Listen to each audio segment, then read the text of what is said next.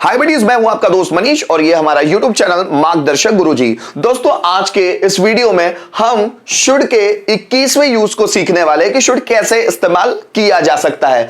दोस्तों, यहां पर थोड़ा सा नोट हमको पढ़ना पड़ेगा। अगर डायरेक्ट स्पीच के किसी सेंटेंस में शैल का यूज होता है, देखिए ये डायरेक्ट स्पीच के सेंटेंसेस है, ठीक है। इसमें अगर शैल का यूज होता है तो उसे इनडायरेक्ट स्पीच बनाते समय शैल की जगह शुड का इस्तेमाल किया जाता है। तो ये डायरेक्ट स्पीच के सेंटेंसेस है। जब हम इसको इनडायरेक्ट स्पीच में बदलेंगे तो शैल की जगह शुड का इस्तेमाल किया जाएगा।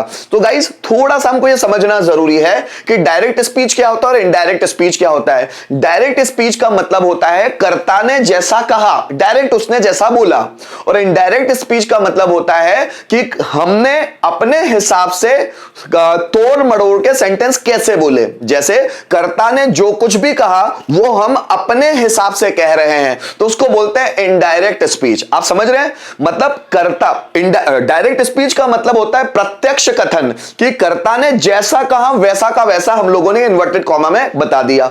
लेकिन हम जैसा कह रहे हैं कर्ता के बारे में वो इनडायरेक्ट है, मतलब अप्रत्यक्ष। मतलब हम जो बोलेंगे वो कर्ता ने नहीं कहा है, हम हमारे हिसाब से बताने की कोशिश करेंगे कि कर्ता ने क्या कहा, ऐसा है ना। तो अब जितने भी सेंटेंस आप देखेंगे यहां पर, आप इसमें भी देखिए, यहां पर भी बहुत सारे सेंटेंसेस में शैल है। तो जब इसको इनडायरेक्ट स्पीच में हम लोग बदलेंगे ना, तो वहां पर शैल की जगह हम लोग शुड का इस्तेमाल करने वाले हैं। तो आइए इसको समझते हैं।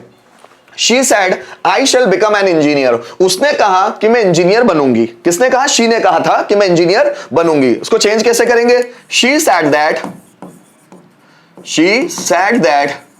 अभी आई की जगह आएगा she। क्यों? क्योंकि ये आई, she ही बोल रही है, आई है ना। So she should become an engineer.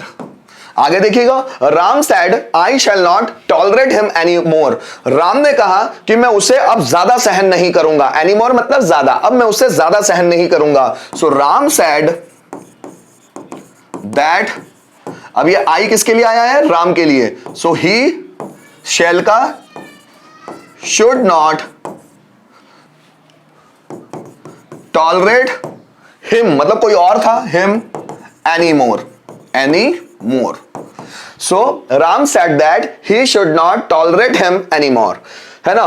Mohan said I shall surely do it. Mohan ने कहा कि मैं ये पक्का करूंगा, है ना। So Mohan said that, Mohan said that, है ना। अब ये I कौन है? मोहन है। So he should surely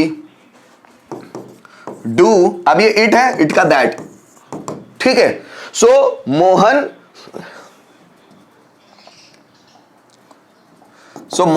said that he should surely do that. आगे देखिएगा, जैसे my father said I shall read the newspaper. मेरे पापा ने कहा कि मैं न्यूज़पेपर पढ़ूंगा। So my father said that, my father said that, अब ये I my father के लिए आया है। So he should, शैल का शुड हो गया, रीड द न्यूज़पेपर, न्यूज़पेपर। आगे देखिएगा, his friend said I shall complete my MBA। उसके दोस्त ने कहा कि मैं MBA कंप्लीट करूंगा। So his friend said that, ये आई किसके लिए आया है? हिज फ्रेंड के लिए, मतलब ही। सो ही शुड कंप्लीट, माई की जगह हिज MBA.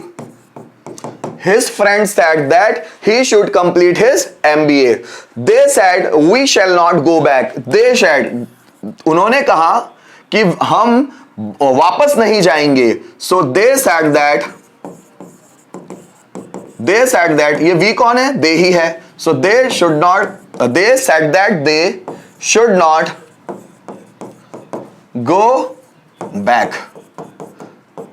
आगे देखिएगा, they said we shall be successful. उन्होंने कहा हम सक्सेसफुल होंगे।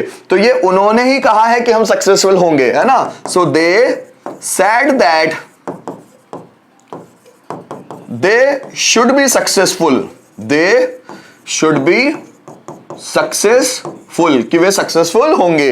देखो, Radha said I shall cook food tomorrow. देखो क्या हुआ, Radha said I shall cook food tomorrow. Radha ने कहा कि मैं कल खाना बनाऊंगी, तो ये राधा ही आई है। So Radha said that, Radha said that, अब राधा के लिए बात हो रही है इसलिए शी शुड, अब शैल की जगह शुड, कुक फूड।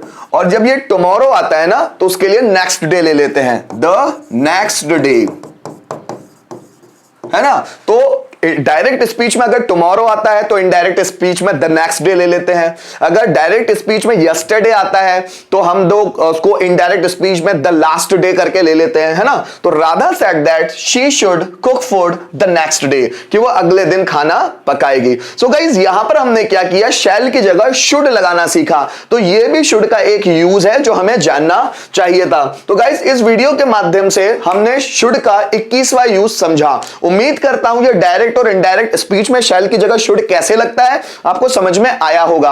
अगर कुछ भी कंफ्यूजन हो तो वीडियो को रिपीट करके जरूर देख लीजिएगा, बहुत कुछ चीजें क्लियर हो जाएंगी। Thank you so much video में एंड तक बने रहने के लिए।